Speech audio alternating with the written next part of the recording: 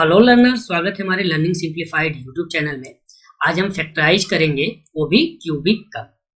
Cubic polynomial का factorisation करना है। ये क्लास 9 का क्वेश्चन नंबर 5 का फर्स्ट क्वेश्चन है 2.4 एक्सरसाइज के। क्वेश्चन क्या है, P x equal to x cube minus का 2x स्क्वायर माइनस का x और प्लस का 2 दिया हुआ है। इस क्वेश्चन को हमें सिंथेटिक डिवीजन से करना है, न कि लॉन्ग डिवीजन से। सिंथेटिक डिवीजन कैसे करते हैं, स्टेप बाय स्टेप आपको बताएंगे। देखिए, सबसे पहले हम 2 कॉलम बना लेते हैं ट्रायल एंड एरर मेथड के लिए। ये मेरा पी एक्स पॉलिनोमियल एक्स है, ये मेरा p -1 एक्स, जहां जहां होगा वहां वहां हम -1 रख देंगे। देखिए, बाई ट्रायल मेथड में हम प्रयोग क्या करते हैं, एक बार 0 रखते हैं, एक बार +1 -1 रखते हैं, एक बार +2 -2 रखते हैं, एक बार +3 -3 रखते हैं। हम देखते हैं कि यह जो मान होता है, किस मान पे इसका मान 0 हो जाता है। ठीक है, अगर इसका मान 0 हो जाता है तो वो मेरा एक फैक्टर कहलाएगा इस क्यूबिक पॉलिनोमियल का।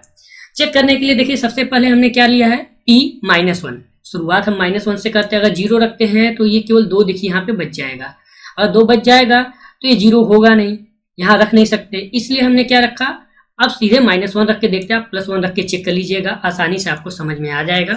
देखिए, हम -1 रखते हैं, -1 रख के देखते हैं कि क्या क्या मान आता है। यहाँ x क्यूब है, x क्यूब की जगह हम क्या रख देंगे, अब x की जगह माइनस और इसी का क्यूब हो जाएगा। माइनस का 2x स्क्वायर, माइनस पहले लगेगा, 2 हो गया। x की जगह -1 रखना है, i स्क्वायर हो गया, माइनस है, माइनस लगा दीजिए। x है, x की जगह -1 और प्लस का 2। इस क्वेश्चन को देख के अब करते हैं, सॉल्व करते हैं। अगर इसका हम क्यूब करके निकालते हैं तो ये -1 आएगा। इसको हम सॉल्व करते हैं तो ये मेरा भी -2 आएगा। इसको सॉल्व करेंगे तो +1 और इसको सॉल्व करेंगे तो प्लस का 2। जब भी ऐसे आ जाता है तो हम क्या करते हैं, माइनस को एक तरफ कलेक्ट कर लेते हैं और प्लस वाले को एक तरफ कलेक्ट कर लेते हैं। -3 इधर हो जाएगा, इधर प्लस का 3 हो जाएगा। और इसको हम सॉल्व करेंगे तो हमारा मान 0 आ जाएगा। देखिए, जब मान 0 आ जाता है तो हम क्या करते हैं कि यह जो मान है इस मान को संतुष्ट कर रहा है, यानी यह एक इसका फैक्टर हो सकता है। कैसे दिखाएंगे, यह इसका फैक्टर है। x का मान मैंने क्या रखा, -1। x इक्वल टू -1 करते हैं। इसको मुझे 0 के रूप में दिखाना है, तो ये जो -1 है ना, इस -1 को हम इधर लेकर आएंगे। क्या हो जाएगा मेरा, x प्लस का 1 इक्वल टू 0। यदि ये 0 होता है तो यह एक फैक्टर कहलाएगा और उस फैक्टर को का नाम हम दे देंगे g of x equal to x plus 1। ये मेरा एक फैक्टर हो जाएगा।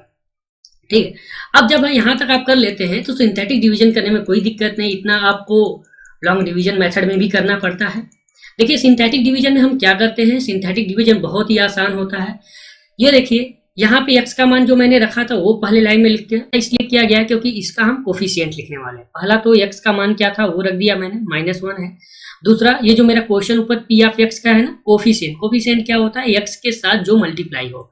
ये देखिए, x क्यूब के साथ किसका मल्टीप्लाई है, तो 1 का मल्टीप्लाई, 1 रख दीजिए। x स्क्वायर के साथ किसका मल्टीप्लाई है, -2 का, -2 यहाँ रख दीजिए। और x के साथ किसका मल्टीप्लाई, देखिए जिस संख्या के साथ, जिस वेरिएबल के साथ, वेरिएबल वो राशि होती है जिसका मान चेंज होता रहता है, ये वेरिएबल ही एक तरीके का है। इस वेरिएबल के साथ कोई नंबर नहीं होता है तो 1 मान लिया जाता है और इसके आगे साइन माइनस का लगाते हैं, यह -1 हो गया और ये मेरा +2 पहले से है। सारे कोफिशिएंट को हमने रख ली। ये कोफिशिएंट अब px होता है, px का सारा कोफिशिएंट लिखा गया है और यहाँ px के किस मान पे यह मेरा 0 हुआ था वो मान मैंने रखा है। देखिए, इस मान में हम क्या करते हैं, जो थर्ड वाली लाइन होती है ना, यहाँ पे मेरा पहले तो 0 रहता है, यहाँ पे कोई मान नहीं होता क्योंकि इससे पहले कोई मल्टीप्लाई करने के लिए दिया नहीं रहता है। तो इसका जब हम मल्टीप्लाई इसमें करते हैं मल्टीप्लाई, तो मेरा क्या आ जाएगा, और मल्टीप्लाई जो करेंगे उसको यहाँ लिखते हैं। सिंपल सा देखिए कि इसका मल्टीप्लाई इसमें और यहाँ पे 0 ऑलवेज यहाँ पे रहेगा, मल्टीप्लाई करेंगे तो 0 और इन दोनों को ऐड कर देते हैं तो मेरा क्या आ जाता है, 1 आ जाता है। फिर से वही कहानी करते हैं। अब इस 1 -1 का मल्टीप्लाई इसमें करेंगे और लिखेंगे यहाँ पर। देखिए, -1 का मल्टीप्लाई 1 में करेंगे तो -1 आएगा। अब इसको ऐड कर देंगे तो -3 आ जाएगा, 3 आ गया। अब आप क्या करेंगे, इस -1 का मल्टीप्लाई फिर -3 में करेंगे तो माइनस माइनस मिलके प्लस बनेगा। साइन आप लगा भी सकते हैं, नहीं भी लगा सकते हैं। 1 का मल्टीप्लाई यानी 1 का मल्टीप्लाई 3 में करिए तो 3 आता है। फिर इसको ऐड करते हैं, ऐड करने के बाद मेरा 2 आता है, वो भी प्लस में, क्योंकि प्लस का साइन बड़ा है। अब इस -1 का मल्टीप्लाई फिर से +2 में करते हैं तो यहाँ -2 आता है। साइन देखिए यहाँ चेंज नहीं करना होता, सबसे बड़ा फैक्टर तो ये रहता है, बहुत अच्छा होता है, आराम से सॉल्व हो जाता है और ये 0 आ गया मेरा। ठीक है, इतना आपको अगर समझ में आया होगा तो आप सिंथेटिक डिवीजन कर सकते हैं। और सिंथेटिक डिवीजन जब करते हैं तो एक क्वाड्रेटिक फॉर्म बन के निकल के आएगा ax स्क्वायर प्लस का bx प्लस का c, ये मेरा क्वाड्रेटिक फॉर्म होता है। इसका कोफिशिएंट मैंने लिखा है, x का कोफिशिएंट a है, x स्क्वायर का कोफिशिएंट a है, x का कोफिशिएंट b है और कांस्टेंट तो है ही। जो पहला मान निकल के आता है वो a का होता है, जो दूसरा मान निकल के आता है वो b का होता है, जो तीसरा मान निकल के आएगा वो c होगा, और जो चौथा मान निकल के आता है यही दर्शाता है कि यह जो निकल के आ रहा है ना, यह एक px का फैक्टर होगा। यह पूरा मान क्या होगा मेरा, px का एक फैक्टर होगा, यदि लास्ट में ये 0 आएगा तो। अच्छा, एक चीज याद है, आप कभी याद किए होंगे तो याद होगा, डिविडेंड इक्वल टू क्या होता है, dividend equal to divisor into quotient plus का रिमाइंडर। यहाँ भी वही होता है, डिविडेंड जो है मेरा यहाँ पे px है, डिवाइजर जो है g ऑफ x है, कोसेंट जो है मेरा q ऑफ x है, और p ऑफ a मेरा रिमाइंडर है। ये मेरा होता है पॉलिनोमियल थ्योरम। इसी पॉलिनोमियल थ्योरम में हम रख करके इसका फैक्टराइजेशन करते हैं, आसान हो जाता है। तो सबसे पहले तो हमें g ऑफ x मिल गया है, तो हमें q ऑफ x निकालने की जरूरत है। और जो यहाँ पे मैंने फैक्टराइजेशन किया था ना, इसी फैक्टराइजेशन के थ्रू हम gx का मान निकले। ये जो पूरा मान होता है ना, ये मेरे qx का मान होता है, q ऑफ x। qx बराबर क्या हो जाएगा, देखिए a जहाँ पे a है a का मान रख देंगे, b जहाँ है वो b का मान, और c जहाँ है c का मान रख देंगे, तो मेरा qx आ जाएगा। क्या आ जाएगा मेरा, x स्क्वायर बनेगा माइनस का 3x प्लस का 2, ये मेरा qx बन गया। और p ऑफ a का मान तो 0 है, और यही दर्शाता है कि यह एक इसका फैक्टर है। हमें निकालना था p ऑफ x का फैक्टराइजेशन करना है। फैक्टराइजेशन करने के लिए हमें पॉलिनोमियल थ्योरम का जरूरत होता है। पॉलिनोमियल थ्योरम ये कहता है कि g ऑफ x का मल्टीप्लाई जब q x में करते हैं और p ऑफ a होता है, और जो p ऑफ a होगा ना, इसका मान ऑलवेज 0 होगा, तभी इसका हम फैक्टराइज कर सकते हैं, अदरवाइज नहीं कर सकते। ठीक है, p ऑफ x का ही तो मान निकालना था। देखिए p ऑफ x का मान क्या क्या है, आपको बैक करके दिखाते हैं। p ऑफ x का मान है x क्यूब माइनस का 2x स्क्वायर माइनस का x प्लस का 2। इसी मान को हम तुरंत ला के यहाँ पे रख देंगे। px का मान क्या था, x क्यूब माइनस का 2x स्क्वायर माइनस का x प्लस का 2x दिया था। gx का मान दिया हुआ है, x प्लस 1 हमने निकाला था, x के मान पे x इक्वल टू -1 था, तो x प्लस 1 एक gx का मान बन के आया था। qx का मान हम लोग सिंथेटिक डिवीजन से निकाले थे, ये रहा। और pa का मान लास्ट में 0 आया था। तो इसको लिखना ना लिखना एक ही बात होती है, इसको हम सीधे हटा देते हैं। यहाँ से हटाने के बाद हमें क्या करना है, इसको फैक्टराइज करना। देखिए फैक्टराइज कितना आसान हो जाता है आपको करने के लिए, जैसे आप करते थे पहले ना, वैसे ही बिल्कुल करिए। इक्वल टू x प्लस 1, यहाँ पे हमें एक बिग ब्रैकेट लगाना होगा। आपको एक चीज बताया था, a और c कोफिशिएंट आपको पता चल गया। a का कोफिशिएंट क्या था, यहाँ पे a का मान 1 था, b का मान -3 था, और c का मान 2 था।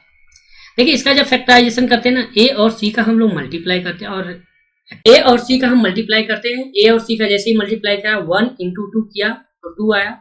हम इस तरीके से इसका फैक्टर करते हैं कि मल्टीप्लाई करने पे तो 2 आए, लेकिन ऐड करने पे कितना है, 3 आना चाहिए।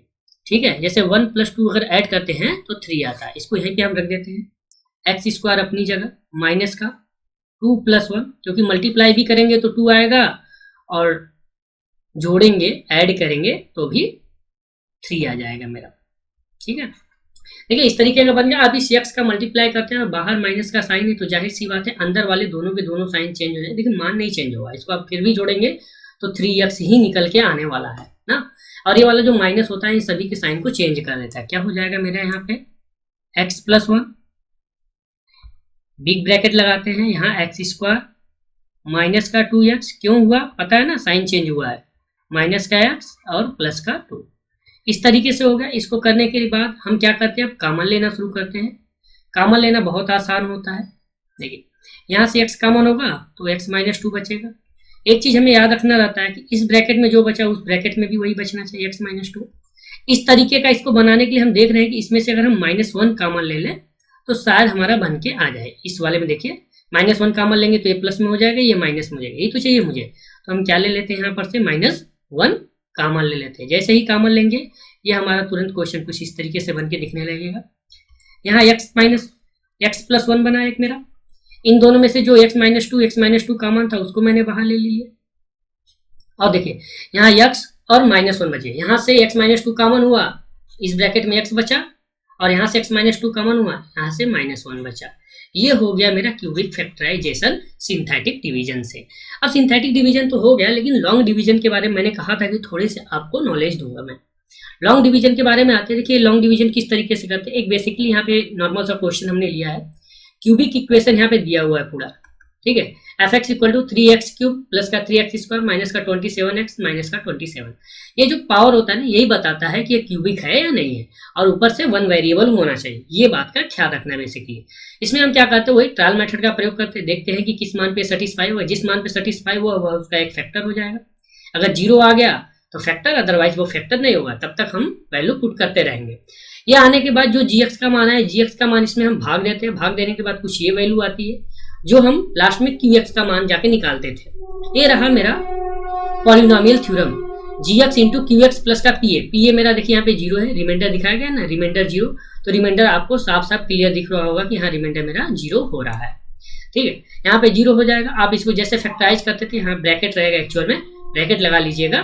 फैक्टराइज करेंगे और जो आएगा वो मेरा फैक्टराइज फार्मूला निकल के आ जाएगा। उम्मीद है आपको बेहतर समझ में आया होगा। चीजें मेरे हिसाब से आसान है। एक बार ट्रायल मेथड का प्रयोग करना है, दूसरी बात qx का मान निकालना है।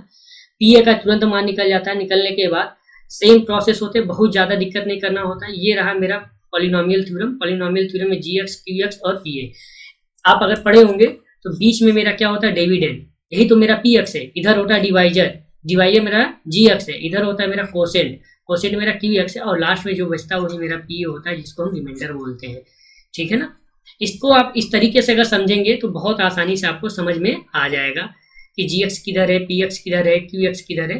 वही चीज हम वहां भी करते हैं, यहाँ भी करते हैं, बस ये शॉर्ट ट्रिक में होता है, ठीक। धन्यवाद, thank you so much for watching this video.